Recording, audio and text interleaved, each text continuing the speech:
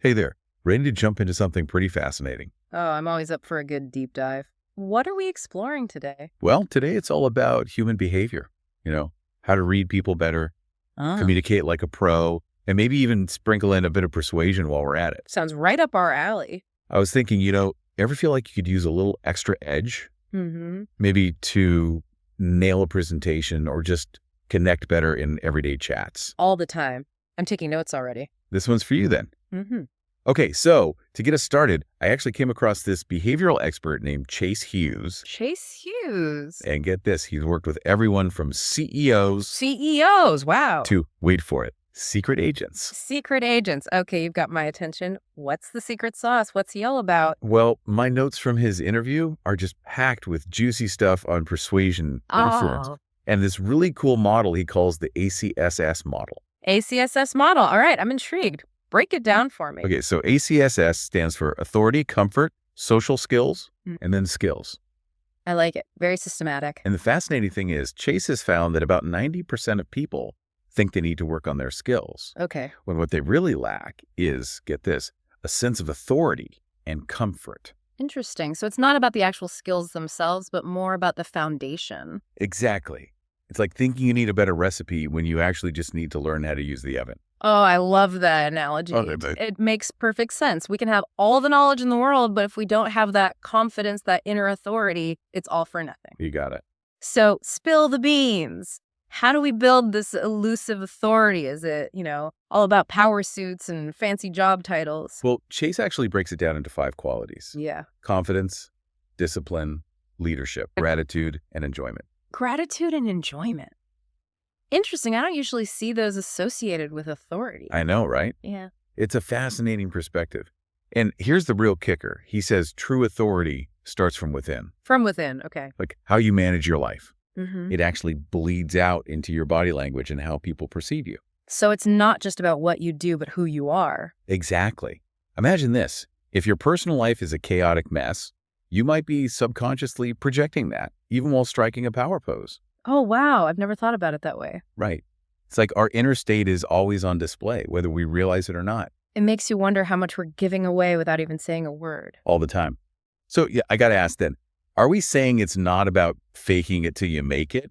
Well, according to Chase, not really. He says how you handle your environment, your time, your appearance, even your finances, it all plays a part. So no shortcuts to genuine authority. Not if we want the real deal, the kind that resonates and inspires. But okay, so let's say I've Marie Kondoed my life, right? Mm. Everything's in order. I'm feeling good. How do I actually project this newfound authority? That's the million-dollar question, isn't it? And Chase has a whole system for that. But one of the most surprising things he teaches is to wait for it, slow down. Hold up. You're telling me I need to move in slow motion to be taken seriously. Think about it. When you see someone in a position of authority, Okay. they naturally move more deliberately. Hmm. They don't fidget or rush. Yeah. It subconsciously signals that they are in control. Like that calm confidence you see in, say, a judge or a seasoned CEO. Exactly. It's not about being sluggish. It's about moving with intention and purpose. I can see that. Okay, so channel my inner James Bond. Got it. Anything else? Any other quick tips for looking and feeling more, I don't know, authoritative? Absolutely. This one's a bit sneaky, but one of the fastest ways to read someone is by observing their blink rate. Their blink rate. Seriously. Seriously. A rapid blink rate can often indicate stress, Okay. while a very slow one could mean intense focus, like when someone's sizing you up. Wow. So much information packed into a blink. Right. It's incredible what you can learn just by paying attention to those subtle cues. I'm never going to look at someone the same way again. I know, right? It's like a whole new world opens up when you start observing these things. It really is. Now, speaking of reading people, Chase also talked about this thing called elicitation. Elicitation. Yeah, it's this kind of subtle way to get information without directly asking. Okay, I'm all ears. Tell me more about this elicitation thing. So picture this. Instead of coming right out and asking a question, you make a statement that's designed to trigger a correction. Interesting. So you're kind of guiding them towards revealing the information without them even realizing it. Exactly. It's like a little Jedi mind trick. I like it. So give me an example. How would you use this in real life? Okay, let's say you want to know someone's salary, right? Always a touchy subject. Instead of asking outright, you could say something like, I hear everyone at your company got a huge raise recently. Must be nice. Ah, clever. Now, if it's not true, they'll likely correct you. Bam, you got your answer without even asking. Sneaky. I like it. It's all about being strategic with your words. Exactly. It's about understanding the psychology behind how people respond to certain prompts. Now, I remember Chase also mentioned something about the Milgram experiment. Oh, right. The one where they had people giving electric shocks. Yeah, that one. Pretty intense stuff. What was his take on it? He said it wasn't just about authority, but also the power of novelty. Novelty, as in new experiences. Exactly. See, the participants were in a brand new environment with strangers using unfamiliar equipment. Okay, I see where you're going with this. All that novelty, Chase says, it heightens our focus and makes us more susceptible to suggestion. Fascinating. So you're saying that new experiences can actually make us more open to influence. That's exactly what he's suggesting. I wonder how we can use that to our advantage. That's the question, isn't it? Both in our personal lives and professionally, think about how we can use that element of surprise or intrigue. Keep people on their toes. Exactly. Make them lean in and wonder what you're going to do next. Now you're talking. This is giving me all sorts of ideas. Oh, good. Glad to hear it. So to sum it up, Chase actually identifies these 4 key elements we can use to influence others. 4 elements. Okay. Focus, authority, tribe, and emotion. Focus, authority, tribe, and emotion. Got it. And he calls this the fate model. The fate model. Catchy. I know, right? Okay, but I'm curious. How does this fate model connect with the idea of novelty and, the Milgram experiment? Well, what's really interesting is that Chase links this back to, get this, dog training. Dog training. Okay, you've officially lost me. Okay, bear with me. Think about it. Redirecting focus, establishing authority, reinforcing the pack connection, Okay. and rewarding good behavior. I see it now. You're saying that we're all, in a way, responding to the same basic stimuli. Maybe there's some truth to that, right? So we're all just big puppies at heart. I can get behind that. Right. Okay, I'm sold. This is making so much sense now. Good. Glad to hear it. But what's really fascinating is how these principles apply to human interaction as well. That's where the rubber meets the road, right? How do we actually use this stuff in real life? Exactly. And that's where things get really interesting. Definitely makes you think twice about how we interact with each other. Now, before we go any further, I think we need to address something really important. Okay, what's that? Ethics? Ethics, right. Because all this talk about persuasion and influence, it can get a little, manipulative sounding. Exactly. And we want to make sure we're using these techniques responsibly. Absolutely. No Jedi mind tricks for evil. Agreed. It's all about understanding human behavior so we can communicate more effectively and build genuine connections, not manipulate people for our own gain. Okay, so with that ethical disclaimer in place, where do we go from here? Well, let's talk about understanding people's needs and fears. How can we use that knowledge to actually change their perception? Change their perception, okay. Almost like getting their permission to do something they might not normally consider. Ooh, this is where it gets interesting. Spill the beans. How do we do that? All right, so to illustrate this, Chase uses a rather unusual example. Okay, I'm intrigued. Lay it on me. He talks about this attorney in Washington state who used hypnosis for, unethical purposes. Hypnosis. Okay, now I'm really curious. So at the end of a session, he would tell the woman to imagine herself coming home from work, walking to the bathroom, and getting ready to take a shower.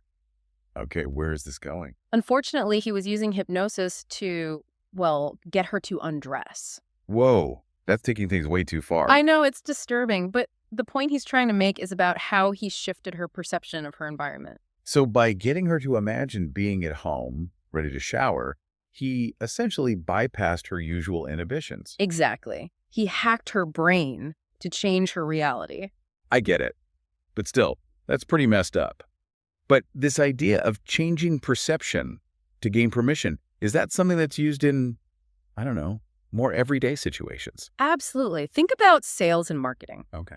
Even things like, and I know this might sound extreme, cult recruitment. Cult recruitment, seriously. It's all about subtly shifting someone's context to make them more receptive to your message. So they're not directly challenging your beliefs, they're just kind of nudging you down a different path. Exactly. And as you agree with more of their statements, even seemingly small ones, your context shifts. You start to see things from their perspective. And you grant them permission to influence you more deeply. Okay, that is both fascinating and kind of scary. It is something to be aware of, not just in those extreme cases, but also in everyday interactions. Like, think about those door-to-door salespeople. Oh, yeah, the ones who convince you to buy things you don't need. Exactly. How do they do it? They're masters of changing perception.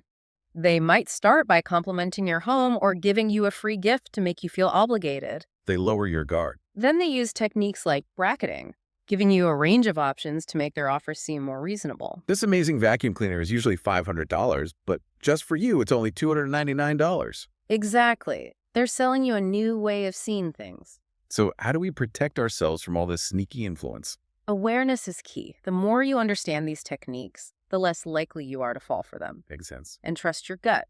If something feels off, walk away. Solid advice. Now, remember that fate model we talked about before the break? Focus, authority, tribe, and emotion. I remember, yeah. Can we break those down and see how each one plays into this whole persuasion thing? Absolutely. Let's start with focus. Chase talked about how novelty is a powerful way to grab attention.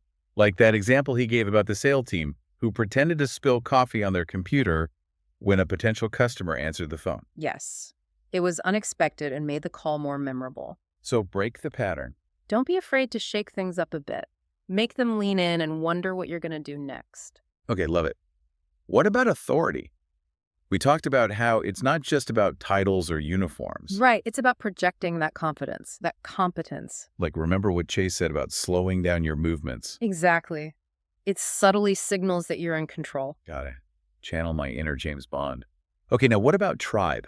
How do we create that sense of belonging? Think about highlighting shared interests or goals. People are more likely to be persuaded by someone they feel connected to. It's like that saying, birds of a feather flock together. Right. We're naturally drawn to people and ideas that align with our existing beliefs and values. And then there's emotion. This one feels a little tricky. It can be powerful, but we want to make sure we're using it ethically. So what's the best approach here? Think about evoking positive emotions. Excitement, joy, inspiration. Storytelling is a great way to do that. So instead of focusing on fear or anxiety, we should try to tap into their hopes and dreams. Exactly. People are more likely to act when they feel motivated and inspired. This fate model is pretty brilliant. It's like a recipe for persuasive communication. It's a framework for understanding the different levers you can pull to influence others. But remember, use these tools responsibly. No Jedi mind tricks for evil. Got it.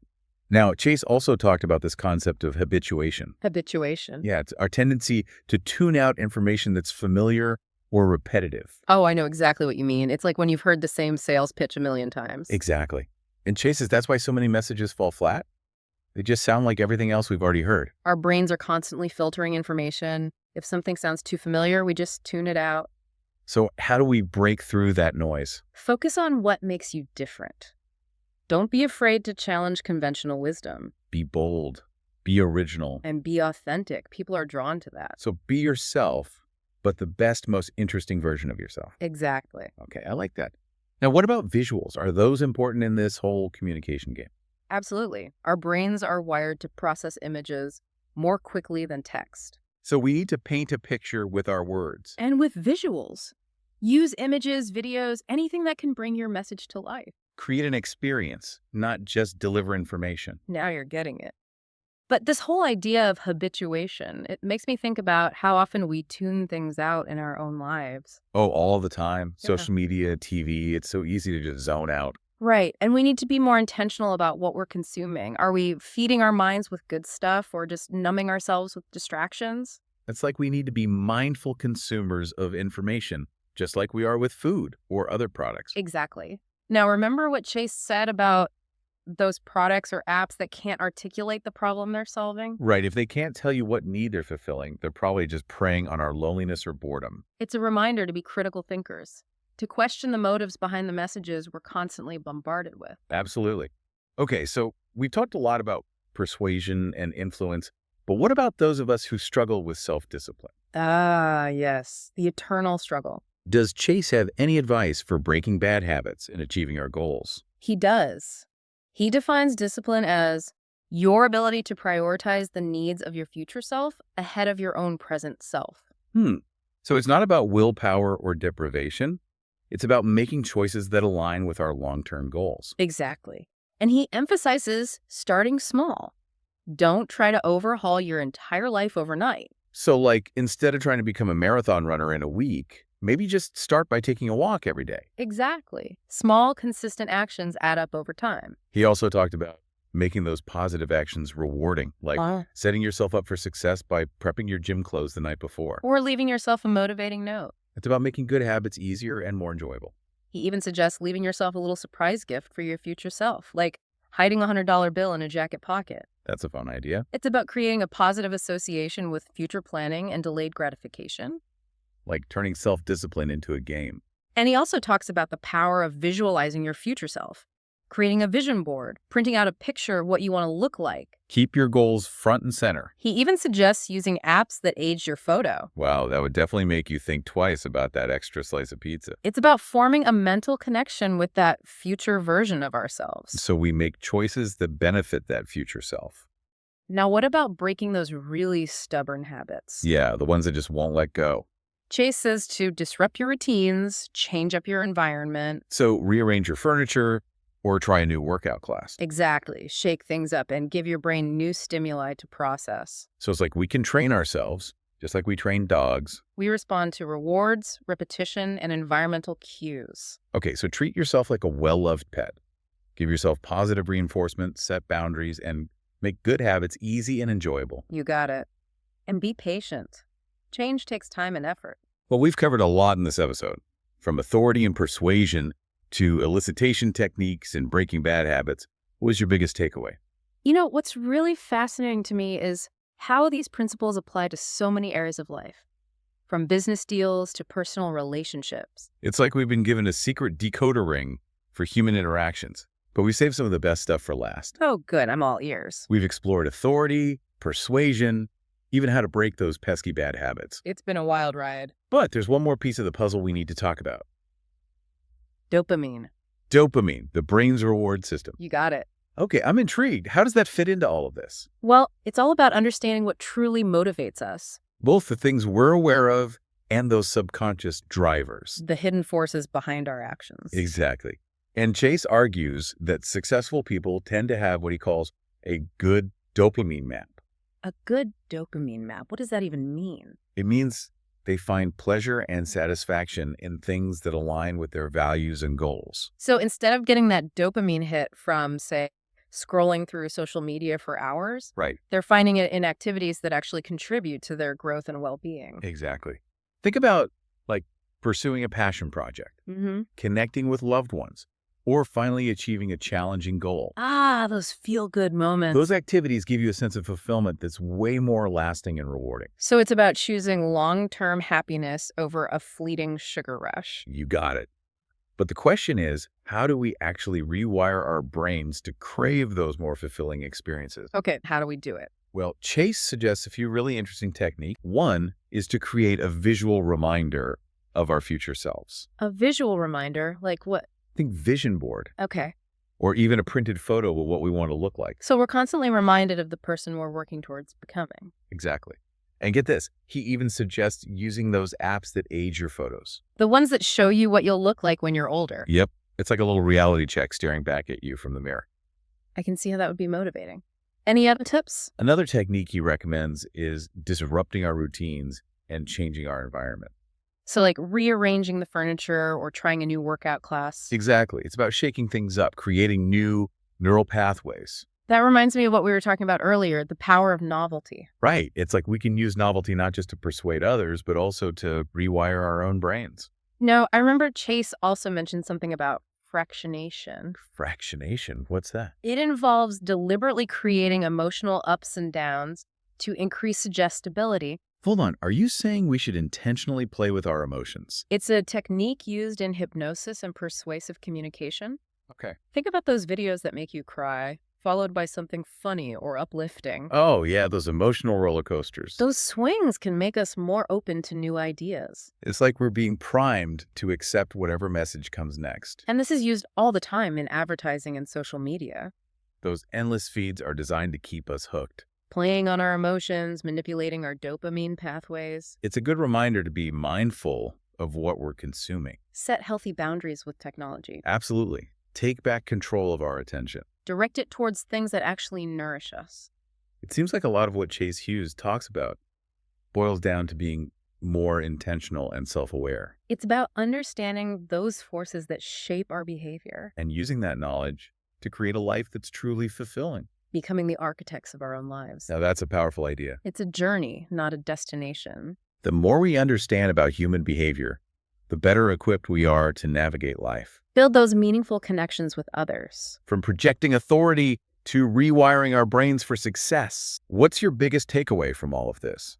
For me, it's that challenge from Chase to always question the true purpose of a product or service. If it can't articulate the problem it's solving, it might just be profiting off our insecurities. Be conscious consumers. Support businesses that contribute to our well-being. And for everyone listening, remember, knowledge is power. The more we understand about ourselves and others, the more empowered we become. It's about creating the lives we truly want. That's it for this deep dive. Until next time, keep observing Keep learning. and keep diving deeper.